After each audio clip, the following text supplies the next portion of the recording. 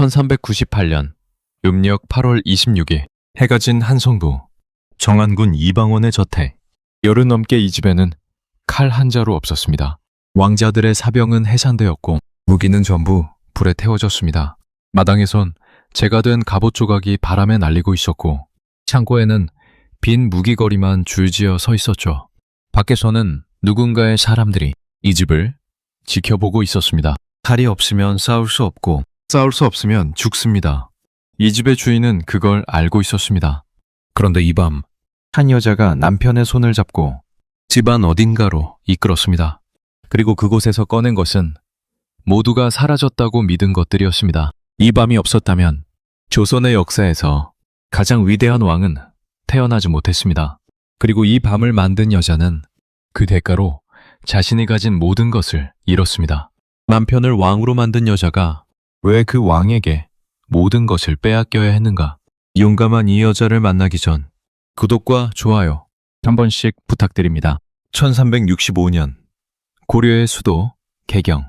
이 도시에서 가장 이름 높은 가문 중 하나인 여흥 민씨 집안에서 딸 하나가 태어났습니다. 아버지는 민재, 성균관에서 학생들을 가르치는 관리였죠.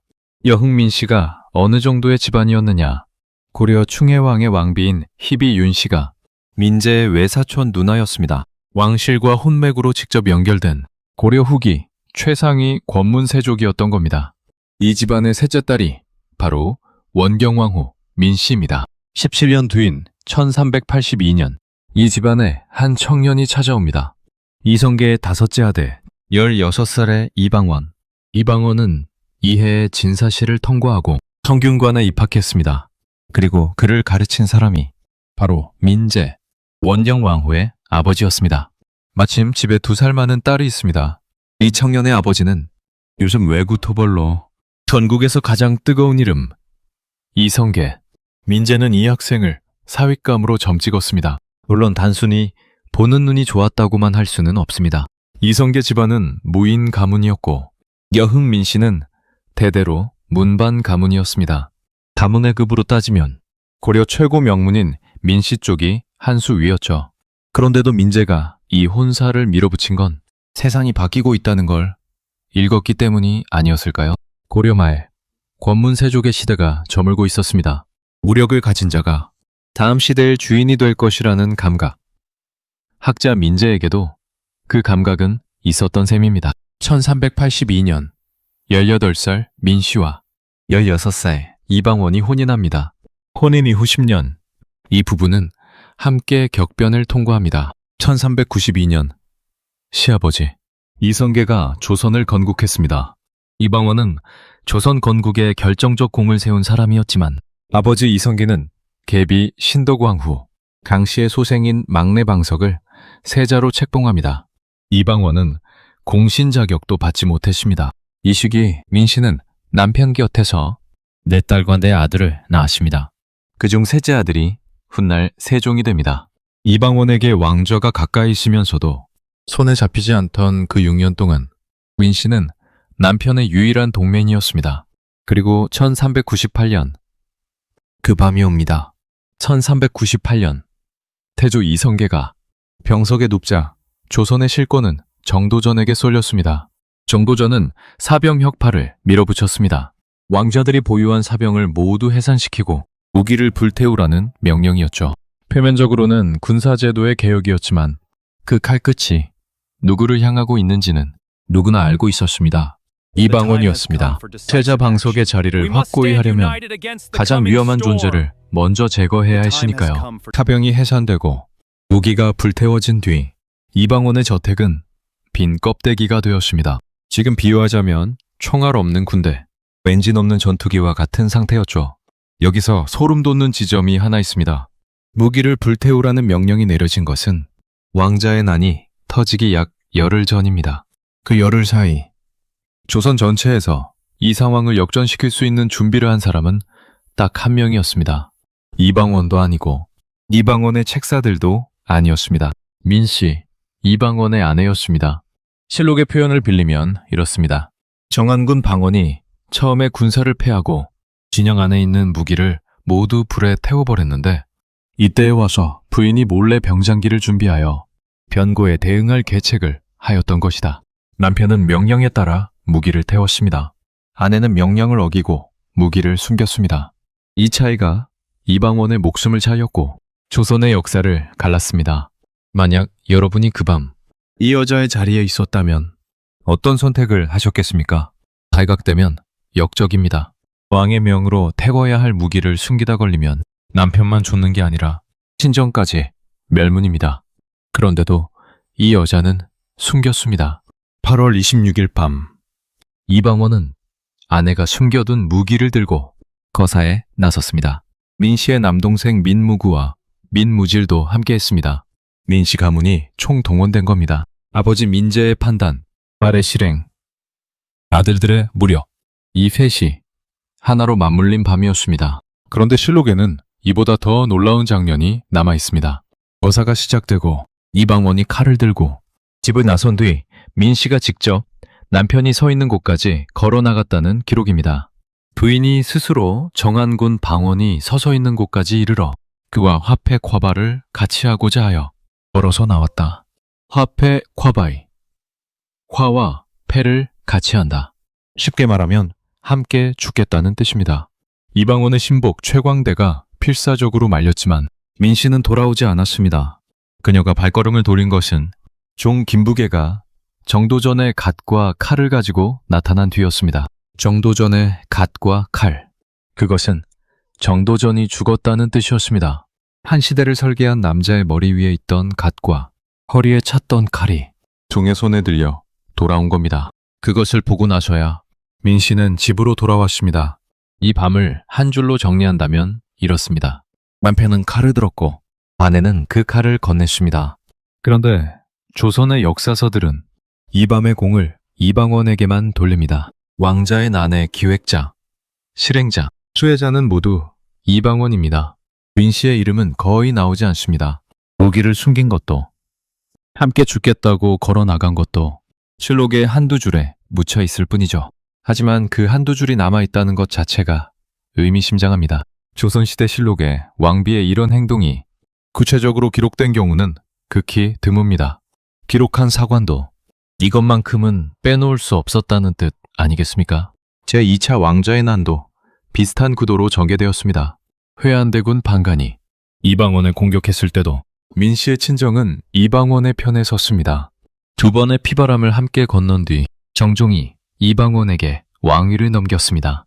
선 400년, 이방원이 세자가 되었고 민씨는 세자빈이 되었습니다. 그리고 그 다음 해 이방원이 왕위에 올랐습니다. 태종의 탄생입니다. 이 여자는 남편을 왕으로 만들었습니다. 비유가 아니라 실록에 기록된 팩트입니다. 1401년 민씨는 정비에 책봉되어 조선의 왕비가 되었습니다. 왕비의 자리에 오른 그녀 곁에는 네 아들과 네 딸이 있었습니다.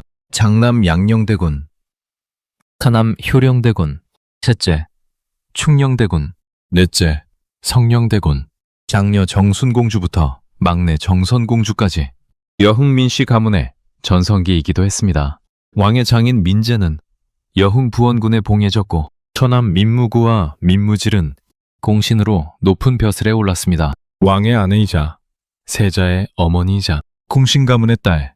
이 시기의 원경왕후 민씨를 한 문장으로 표현하면 조선에서 그녀보다 높은 여자는 없었습니다. 딸들의 혼사도 화려했습니다. 차녀 경정공주는 개국공신, 조준의 아들 조대림에게 시집갔습니다. 이 조대림이라는 사위는 나중에 꽤 황당한 사건에 휘말리게 되는데 잠깐 소개하겠습니다. 오긴해라는 자가 겁 많고 순진한 22살 조대림을 이용해 거짓 반역 사건을 꾸몄습니다. 태종은 처음부터 이 사건의 전모를 파악하고 있었습니다. 조대림이 궁궐로 돌아오는지 아니면 다른 곳으로 향하는지를 지켜보면서 사위의 충성심을 시험한 겁니다. 조대림은 궁궐로 돌아왔고 무죄가 밝혀졌습니다. 오긴해는 능지처참되었죠. 태종이라는 사람의 성격이 여기서 선명하게 드러납니다. 자기 사위조차 의심의 대상으로 삼고 시험하고 확인한 다음에야 풀어주는 사람. 이런 남편 곁에서 왕비로 살아간다는 것은 어떤 의미였을까요? 완성기는 늘 가장 짧은 법입니다. 태종이 왕위에 오른 지 채 1년이 되지 않았을 때 균열은 시작되었습니다. 1401년 태종이 궁중의 한 구민을 가까이 했습니다.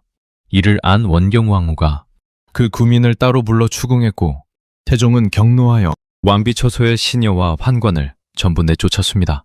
이듬해인 1402년 태종은 아예 공식적으로 후궁 제도를 법제화하겠다고 선언합니다. 역대 제왕들의 빈첩 숫자를 조사하게 했고 첫 번째 간택 후궁으로 청균합정 권홍의 딸 의빈 권씨를 맞아들이기로 결정했습니다. 실록은 그 배경을 이렇게 적었습니다.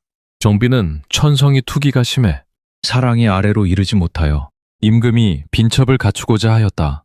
정말 투기이기만 한 걸까요? 원경왕후 본인의 말을 직접 들어보겠습니다. 태종이 의빈 권씨를 맞아들이려 하자 원경왕후가 태종의 옷을 붙잡고 한 말이 실록에 그대로 남아 있습니다. 상께서는 어찌하여 예전의 뜻을 잊으셨습니까? 제가 상과 더불어 함께 어려움을 지키고 같이 화란을 겪어 국가를 차지하여 싸운데 이제 나를 잊음이 어찌 여기에 이르셨습니까? 조선시대 왕비가 왕의 옷을 붙잡고 온 장면이 실록에 기록되어 있습니다. 이것이 실록에 남아있다는 것 자체가 그날 일이 얼마나 격렬했는지를 보여줍니다. 이 말을 가만히 읽어보면 다른 여자를 들이지 말라는 투기의 언어가 아닙니다. 우리가 함께 죽을 고비를 넘겼는데 이제 나를 버리는 것이냐? 는 옹지의 언어에 가깝습니다. 4년 전 무기를 숨기고 함께 죽겠다고 걸어나간 그 밤의 기억이 이 한마디에 담겨 있는 셈입니다. 원경왕후는 이 일로 식음을 정폐했고 마음의 병을 얻었다고 실록은 기록합니다.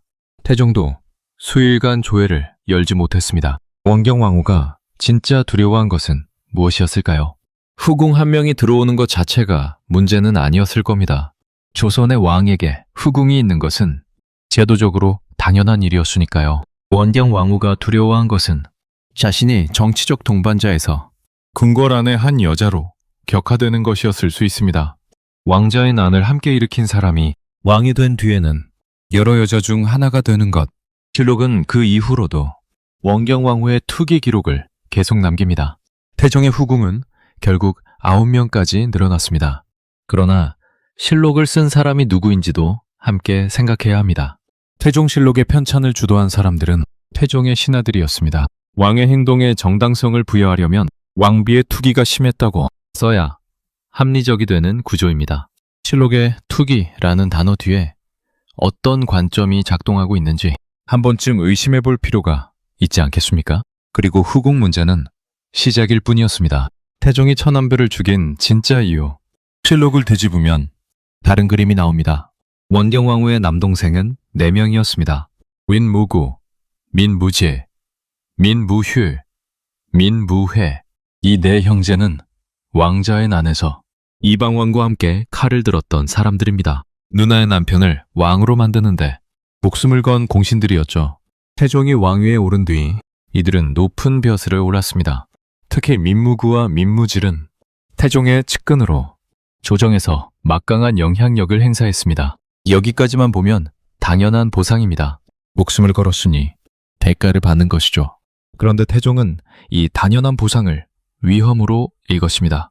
태종의 머릿속에는 하나의 공식이 있었습니다. 외척이 강해지면 왕권이 약해진다. 특히 태종은 세자 양녕대군이 어린 시절 외가인 여흥, 민씨 집안에서 자란 것을 경계했습니다. 세자가 왕이 되었을 때 외삼촌들이 권력을 휘두르는 그림 태종은 그 미래를 미리 잘라내려 한 겁니다. 1407년 민무구와 민무질이 귀양을 갑니다. 표면적 이유는 여러 가지였지만 본질은 하나였습니다. 외척의 싹을 자르겠다는 태종의 의지. 그런데 이 시기에 한 가지 사건이 더 있었습니다. 원경왕후가 태종이 간무를 나간 틈을 타 귀양 중인 민무질의 아내를 미복 차림으로 몰래 궁에 들였다가 발각된 겁니다. 태종은 경노했습니다. 실록에는 태종이 신하 황희에게 한 말이 남아 있습니다. 중궁에게 아우들의 불충을 여러 번 깨우쳐 타일렀더니 중궁이 이를 갈며 절대로 구원하거나 보호할 생각이 없다고 하였다. 그러나 부인의 어진 마음으로 차마 갑자기 끊지 못하고 강무하는 틈에 몰래 민무질의 아내를 불러 궁중에 출입하게 하였다. 그 사이의 상황을 헤아리기 어려우니 어떻게 처리해야 한단 말인가.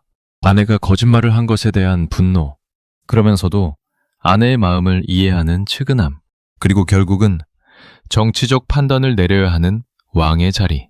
태종의 복잡한 심리가 고스란히 드러난 것으로 저는 이해했습니다. 선생님들께선 어떻게 느껴지시나요? 1408년 아버지 민재가 세상을 떠났습니다. 태종은 장인이 살아있는 동안에는 차마 처남들을 죽이지 못했습니다. 민재가 눈을 감자 제동장치가 사라졌습니다.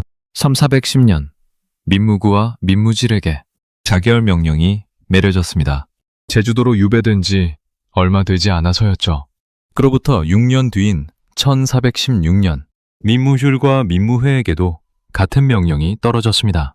1410년 민무구 사사, 1410년 민무질 사사, 3416년 민무휼 자결, 1416년 민무회 자결, 원경왕후의 남동생 4명이 전부 남편의 손에 죽었습니다. 그런데 태종이 민무휼과 민무회까지 죽인 데에는 또 다른 이유가 있었습니다. 이것이 13년 동안 숨겨져 있던 이야기입니다. 1402년 태종이 왕위에 오른 직후 벌어진 일입니다. 원경왕후가 왕비가 되기 전 사가에서 부리던 여종 김씨가 태종의 아이를 임신했습니다. 여종이 왕의 아이를 가진 겁니다. 이 아이가 훗날 경영군이 됩니다. 김씨가 출산할 때 원경왕후의 동생들이 해산을 방해하고 구호 조치를 막았습니다. 갓 태어난 아기와 어머니를 추운 곳으로 내몰았고 경영군 모자는 겨우 목숨만 건졌습니다. 태종은 이 사실을 몰랐습니다. 13년이 지난 1415년에야 알게 되었습니다. 태종의 반응은 이랬습니다. 핏덩어리가 기어다니는 것을 사람들이 모두 불쌍히 여기는데 여러 민씨들이 다양한 방법으로 꾀를 내어 기필코 사지에 두고자 하였으니 천도가 밝고 어그러지지 않아서 비록 핏덩어리가 미약함에도 보존하고 도와줘 온전하고 편안하게 한 것이 지극하였다. 그리고 태종은 이렇게 명합니다. 이것이 실로 여러 민씨들의 음흉한 일이니 진실로 사책에 상세히 적어 투세에 분명히 보여 외척으로 하여금 경계할 바를 알게 하라. 이 말이 떨어진 다음에 민무휼과 민무회가 죽었습니다. 정말 태종은 나라를 위해서 처남들을 죽인 걸까요? 아니면 다른 무엇이 있었던 걸까요?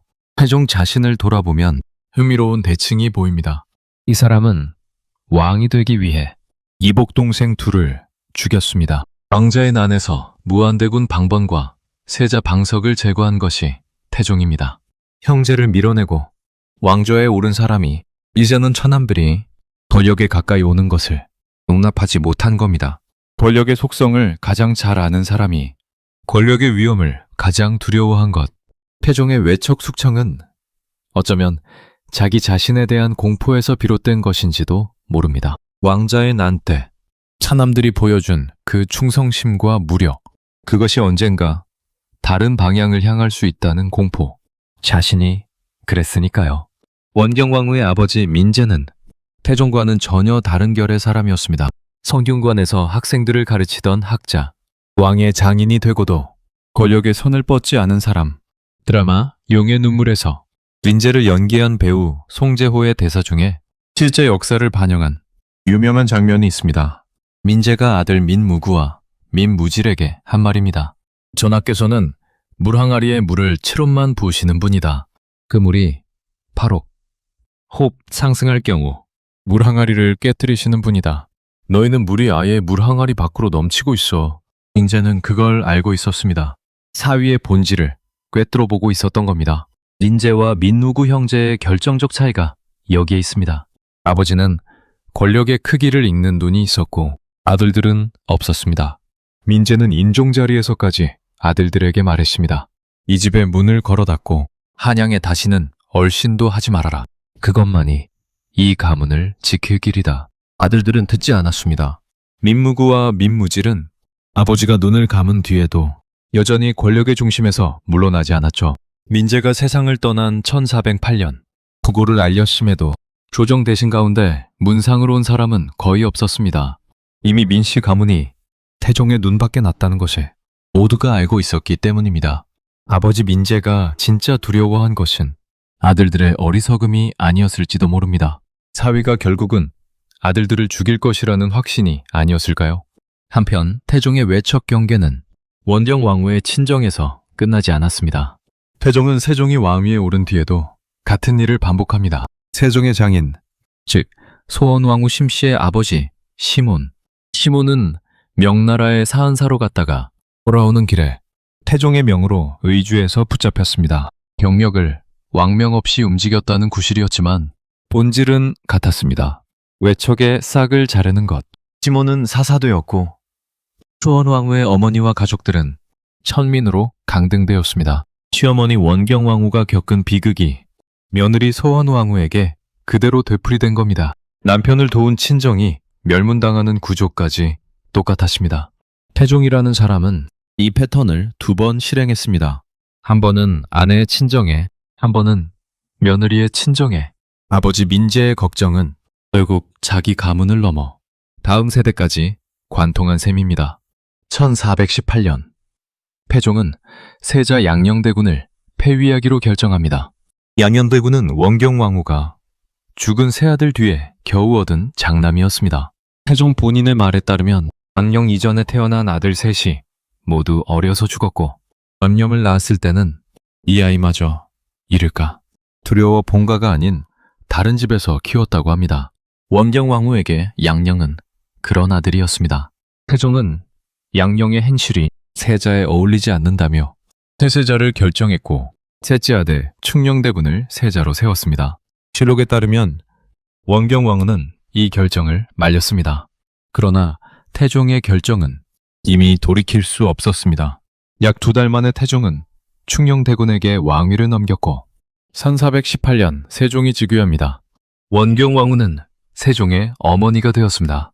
그런데 이것을 원경왕후의 입장에서 본다면 세종의 즉위는 셋째 아들이 왕이 된 것이 아니라 첫째 아들을 잃은 것이었을 수 있습니다. 양녕은 죽지 않았지만 왕족으로서의 삶은 끝났으니까요. 원경왕후가 세종의 즉위를 기뻐했을까요? 실록은 이 물음에 답하지 않습니다. 다만 한 가지 기록이 있습니다. 세종이 즉위한 뒤 원경왕후는 왕대비가 되어 후덕왕 대비라는 존호를 받았습니다. 그리고 불과 2년 뒤 세상을 떠납니다. 1420년 음력 7월 10일 수강궁 별전. 원경왕후가 핫질로 쓰러진 지 며칠이 지났습니다. 핫질이 아닌 마음의 병이었다면 헛병이지 않았을까 하는 생각이 들었습니다. 세종실록은 그날을 이렇게 기록합니다. 낮 5시에 대비가 별전에서 흥하니 춘추가 56세이고 중궁에 정유한 지 21년이다. 세종은 머리를 풀고 왼발로 달려가 통곡했습니다. 며칠 동안 음식을 입에 대지 않았습니다. 상왕 태종이 거적자리에서 미음을 들고 와 아들에게 권했습니다. 눈물을 흘리면서 아내의 친정을 멸문시킨 남편이 아내가 죽자 눈물을 흘리며 아들에게 밥을 먹이고 있습니다. 태종은 원경왕후의 상복 기간을 12일로 줄이자고 세종에게 권유했습니다. 아버지가 생존한 상태에서의 모친상은 짧게 치를 수 있다는 논리였죠. 세종은 거절했습니다. 어머니를 헌능에 안장할 때까지 상복을 벗지 않겠다고 했습니다. 그리고 세종은 어머니의 능 곁에 사찰을 지으려 했습니다. 능이 외로워 보인다는 이유였습니다. 태종이 격렬하게 반대했습니다. 그곳은 내가 죽으면 같이 묻힐 곳이다. 태종은 불교를 평생 배척한 사람이었습니다. 자기 곁에 절이 들어서는 것을 참을 수 없었던 것이었을까요? 결국 사찰은 지어지지 않았습니다. 그런데 2년 뒤 태종도 56세에 세상을 떠났습니다. 아내와 같은 나이였습니다. 세종은 아버지를 어머니 곁에 묻었습니다. 헌능, 쌍능. 그런데 이 쌍능녀는 다른 조선 원능에서 볼 수 없는 특이한 점이 하나 있습니다. 두 봉분 사이에 병풍석과 난간석이 붙어 있습니다. 조선 왕릉 중에서 쌍릉의 봉분 사이, 난간석이 서로 연결된 것은 헌능이 유일합니다. 살아서는 끝없이 갈라졌던 두 사람을 아들이 이어준 겁니다. 세종이 부모에게 보낸 마지막 메시지가 홀로 남아있는 셈입니다. 남편을 왕으로 만든 여자가 왜 그 왕에게 모든 것을 빼앗겨야 했을까요? 이 질문에 대한 답은 아마 하나로 떨어지지 않을 겁니다. 태종의 입장에서 보면 왕권을 지키기 위한 불가피한 선택이었습니다. 원경왕후의 입장에서 보면 함께 모든 것을 걸었던 사람에게 배신당한 것이었습니다. 민재의 입장에서 보면 처음부터 예견된 비극이었습니다. 그리고 세종의 입장에서 보면 어머니의 친정도, 아내의 친정도 아버지에게 박살난 것이었습니다. 그 아들이 만든 세종대왕의 시대는 이 피해 토양 위에 세워진 겁니다. 세종실록의 마지막 임종 기록을 다시 한번 읽겠습니다. 상왕이 거적자리에 나아가 미음을 전하였는데 이때 임금이 음식을 입에 대지 않은지 이미 수일이라 상왕이 눈물을 흘리며 울면서 권하였다. 아내의 친정을 멸문시킨 남편이 흘린 눈물, 어머니의 친정이 멸문되는 것을 지켜본 아들이 거부한 답. 이 두 장면 사이에 어떤 감정이 있었을까요? 죽어서야 나란히 누운 두 사람. 이걸 화해라고 부를 수 있는 걸까요? 헌능의 난간석은 아직도 붙어 있습니다.